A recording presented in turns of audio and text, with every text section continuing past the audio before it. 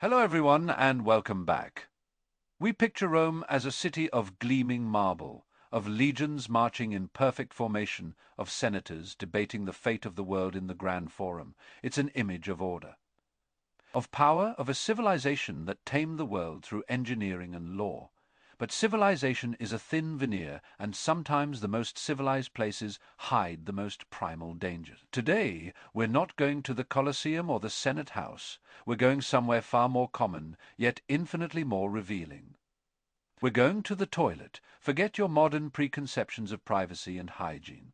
The Roman latrine was something else entirely. It was a public lounge, a business center, a social club, and quite possibly the most dangerous place in the city. You see, the Romans built their empire on the promise of community, of shared public spaces that brought citizens together. But in the echoing, water-slicked halls of the public latrine, that ideal of community collided with a terrifying reality they could neither understand nor control. It was a place where you might close a business deal in the morning and be dead from dysentery by nightfall. A place where a friendly chat could be interrupted by a jet of flame erupting from the hole beneath you, or a rat the size of a cat crawling up to say hello. This is the story of the Roman toilet, a masterpiece of social engineering and a death trap of terrifying ingenuity.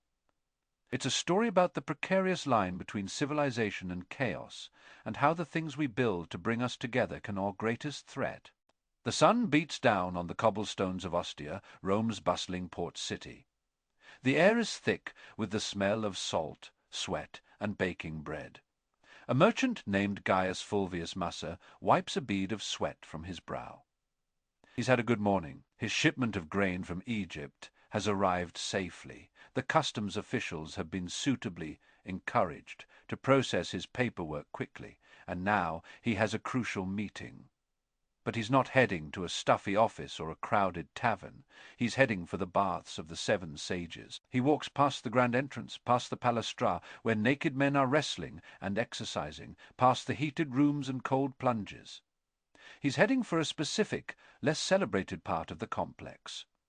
He enters a large, airy room. Sunlight streams in from high windows, illuminating intricate floor mosaics. Along 3 of the 4 walls runs a long, marble bench perforated with about 20 keyholes. This is the forica, the public latrine, and it is packed.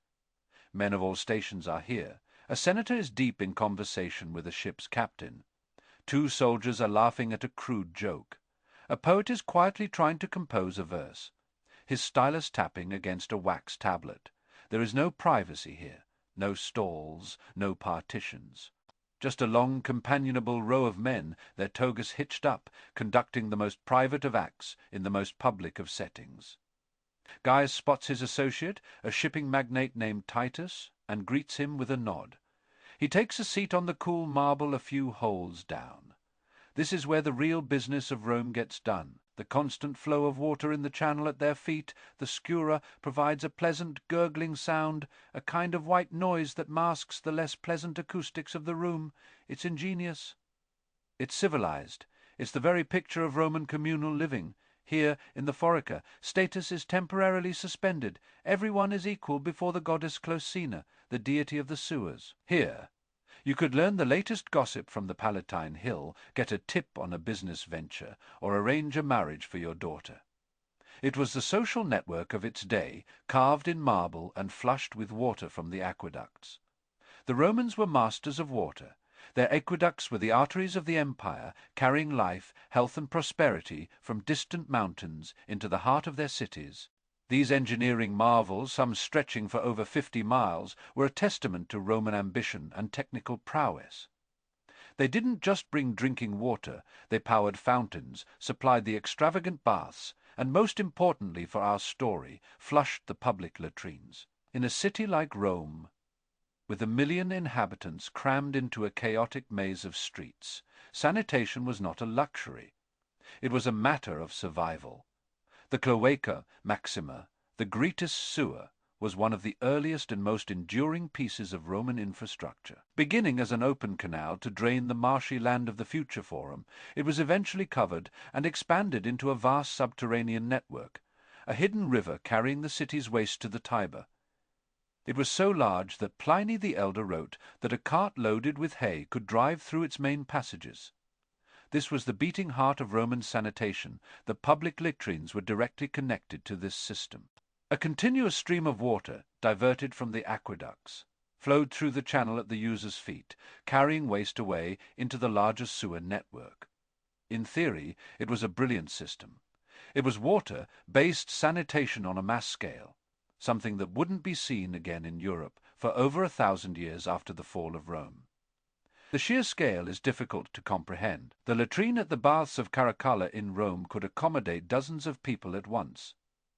At Ephesus, in modern-day Turkey, the grand latrine was an elegant structure with mosaic floors and columns, a place of genuine architectural beauty.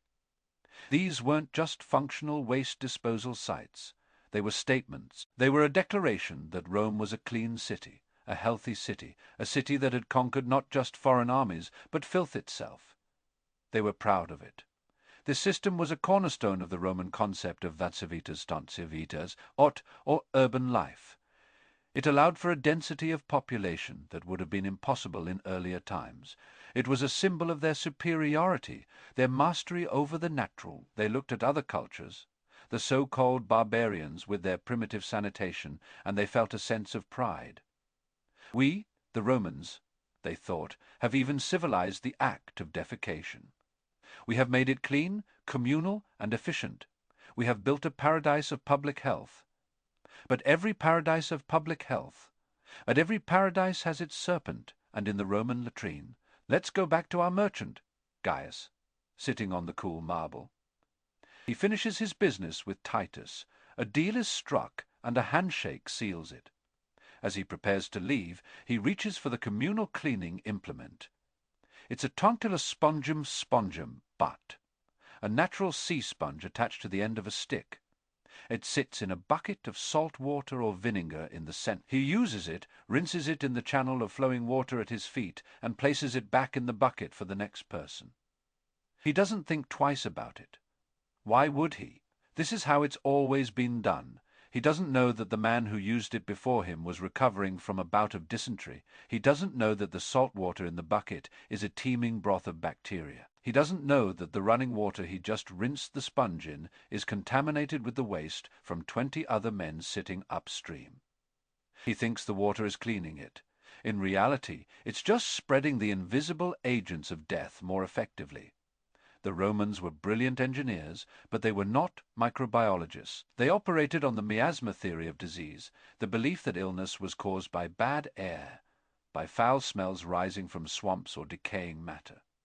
In a way, they were onto something. Bad smells often do correlate with disease. But not for the reasons they thought. They believed that by constantly flushing the latrines, they were removing the source of the bad air and therefore preventing sickness. They were tragically wrong. What they were actually creating was the perfect environment for the transmission of fecal, oral diseases. Modern science gives us a window into this hidden world of horror. Archaeoparasitologists, scientists who study ancient parasites, have analyzed soil samples taken from Roman sewers and cesspits across the empire, from Britain to Italy. What they found is a rogues' gallery of intestinal nightmares. The fossilized eggs of whipworm, roundworm, and tapeworm are present in staggering quantities. They found evidence of the amoeba that causes dysentery, a brutal illness that could kill through dehydration. These parasites thrived in the Roman sanitation system. The latrines, far from being a solution to disease, were concentration and distribution centers. Every visit was a game of biological roulette. The communal sponge was an especially effective tool for spreading these parasites from one person to another. It was a shared nightmare they couldn't see. And it wasn't just the sponge. The water itself, splashing up from the central channel, could contaminate hands and clothing. The heated environment of the baths created a humid atmosphere where bacteria could flourish. The Romans built these magnificent bath complexes as monuments to health and cleanliness. The Tondamay fought. But these very institutions, with their shared pools and contaminated latrines, were likely epicenters for epidemics that swept through Roman cities. We read about the great plagues of the Roman Empire, like the Antonine Plague that killed millions, and we often blame exotic diseases brought back by soldiers from the East. And that was certainly a factor. But the endemic, everyday sickness that constantly weakened the population, that killed infants and the elderly, that made life a constant struggle against illness, much of that was homegrown. It was cultivated in the very systems they built to keep themselves clean. Imagine the irony. A Roman citizen, proud of his city's advanced hygiene, scrupulously visits the baths every day to stay clean and healthy. And it is this very act, this very institution, that infects him with the parasite that will slowly, painfully kill him. He would have no idea. He would never suspect that the enemy was hiding in plain sight. In the cool, flowing water of the civilized latrine, the danger wasn't only microscopic. The dark, damp, subterranean world of the Cloaca Maxima was an ecosystem all its own. And it was teeming with life, not the kind of life you'd want to encounter while in a vulnerable position. The constant supply of food, in the form of human waste, attracted vermin on an epic scale. Roman sources are filled with stories that hint at this terrifying reality. The poet Juvenal wrote of the city at night, when the contents of chamber pots were unceremoniously dumped from apartment windows into the streets below. Much of this filth would find its way into the sewer system, creating a permanent all-you-can-eat buffet for the city's rats. These weren't small field mice. These were likely Tetratus norvegicus tort, the formidable brown rat growing fat and bold in the darkness. The sewers were their kingdom, and the latrine openings were the gateways to the world above. It's not hard to imagine the sheer terror of sitting on the toilet, only to have a large wet rat suddenly emerge from the darkness below, scrambling up the inside of the chute. Alien, a Roman writer, tells a particularly chilling story from the city of Puteoli. He describes how an octopus had learned to crawl out of the sea, navigate the town's sewer system, and emerge in a pickle merchant's shop to steal his wares. If an octopus could do it, a swarm of rats was a daily possibility. But it wasn't just rats. Snakes were a common sight in the Roman world, and many species would have found the warm, damp sewers an ideal hunting ground for those same rats. A sudden, slithering appearance from the drain would be enough to give anyone a heart attack.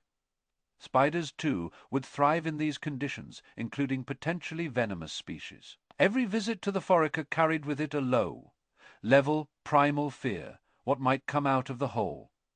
This wasn't just a hypothetical problem. Roman art and literature are full of references to this. In a letter, the scholar Claudius Aelianus recounts a story of a man being bitten on the buttocks by some creature emerging from the drain. The story is told as a cautionary tale, a piece of gossip, but it reflects a very real and present danger. This constant threat from below fostered a deep-seated anxiety. It's one thing to face a barbarian on the battlefield. It is another entirely to face a swarm of hungry rats while you are at your most exposed. To combat this, Romans turned to magic and religion. They engraved protective symbols, like the tatintintinabulum sartophallic wind chime, near their drains. They prayed to the sewer goddess Clesina, not just as a goddess of cleanliness, but as a fierce protector, a gatekeeper who could keep the horrors of the underworld where they belonged. They even had a minor god of the toilet, Crepitus, the god of flatulence. They tried to appease these chthonic deities, hoping to buy their safety. Think about that for a moment. The act of going to the toilet was so fraught with peril that it required divine intervention. The grand engineers of Rome, the conquerors of the world, were forced to rely on magic charms and prayers to protect them from the consequences of their own creation. The latrine was a microcosm of the Roman relationship with the natural world. On the surface, they controlled it, channeled it, and bent it to their will with aqueducts and sewers. But beneath the surface, in the dark, nature was fighting back, sending its emissaries, the rat, the snake, the spider, up from the depths to remind the masters of the world that they were never truly in charge. But of all the dangers lurking in the Roman latrine, perhaps the most shocking, the most sudden and destructive, was fire. Fire from a toilet. It sounds like a joke, a scene from a slapstick comedy. But the reality was anything but funny. The science is straightforward. The decomposition of human waste in an enclosed, anaerobic environment, like a sewer, produces a cocktail of gases. The two main components are methane and hydrogen sulfide. Methane, as we know, is highly flammable. Hydrogen sulfide is not only flammable but also toxic. The Roman sewer system was, in effect, a massive city-wide chemical factory producing explosive gas. Ventilation in these ancient systems was often poor. Gas would build up in pockets. The latrines, being direct openings into this system, were the release valves. Most of the time, the gas would dissipate harmlessly. But all it took was one unlucky moment. All it took was a single spark. Where would a spark come from in a Roman latrine? Everywhere, Romans didn't have electricity for light. They used oil lamps, small, terracotta dishes with a wick, and attendants in the larger bathhouses would carry these lamps to illuminate darker corners. Wealthier citizens might be accompanied by a slave carrying a lamp. A dropped lamp, a stray spark from a flickering wick landing in just the right place, at just the right time, could be catastrophic. Imagine the scene. The latrine is full, the air humming with conversation. A man enters. The slave stumbles. The lamp falls, shattering on the marble floor. A tiny spark ignites a pocket of invisible methane that has seeped up from the drain. The result is a violent, explosive flash. A jet of blue flame erupts from the openings, shooting upwards with a terrifying roar. Anyone sitting on the toilet would be horrifically burned. The sudden combustion could create a pressure wave, blowing people off their feet. The shock and the horror would be unimaginable. It would seem like an act of a vengeful god, a blast of fire from the underworld itself. There are no direct, explicit accounts of a specific latrine explosion that have survived official histories, tended to focus on great battles and political intrigue, not on sanitation acts. But the scientific principles are undeniable. These explosions, Thotmest on't, have happened. We see hints of this fear in the writings of the time. Pliny the Elder, in his Natural History cont, writes about exhalations from the earth that could spontaneously ignite. He was talking about natural gas seeps, but the same phenomenon was occurring right under their feet. The Romans knew that the sewers contained something dangerous. They may not have understood the chemistry, but they understood the effect. This adds another layer of psychological terror to the experience. Not only did you have to worry about disease and vermin, but you also had to contend with the possibility that the ground beneath you could, without warning, erupt in flame. This fear of subterranean fire found its expression in their mythology. The Romans believed in a fiery underworld, a Tartarus ruled by the god Pluto. Their god of the forge, Vulcan, was said to have his workshops deep beneath the earth. The idea of fire from below was deeply ingrained in their psyche. The latrine explosion would have been seen as a terrifying confirmation of their deepest mythological fears. It was proof that the barrier between the world of the living and the fiery underworld was dangerously thin. And the Foraker was one of the places where that barrier was weakest. The Romans tried to combat this danger the only way they knew how. Again they turned to superstition. They carved images of Fortuna, the goddess of luck, into the seats of their latrines. We have found examples of these in places like "Please," the carving seems to say, "let my visit be a lucky one. Don't let me be the one who gets bitten, or sick, or set on fire." When you put all these pieces together, the image of the Roman latrine changes dramatically. The initial picture of a civilized, social club gives way to something far darker. It becomes a place of profound and multi-layered dread. There was the social anxiety. Despite the communal nature, there was still a hierarchy. A poor man might feel intimidated sitting next to a powerful senator. Martial wrote epigrams mocking people who spent too long in the latrines, hinting at the social pressures at play. Then there was the biological dread, the constant, nagging fear of sickness. Every stomach cramp, every bout of fever would bring the question to mind. Did I catch? Was it the sponge? Was it the water? It was an invisible threat that preyed on the mind as much as the body. Next, the primal fear of the creature from below. The sudden noise from the drain, the flicker of movement in the shadows. Every visit was a test of nerve. It tapped into our most basic evolutionary fears of things that creep and crawl in the darkness. And finally, the elemental fear of fire and explosion, the sudden, violent, and seemingly supernatural punishment from the depths.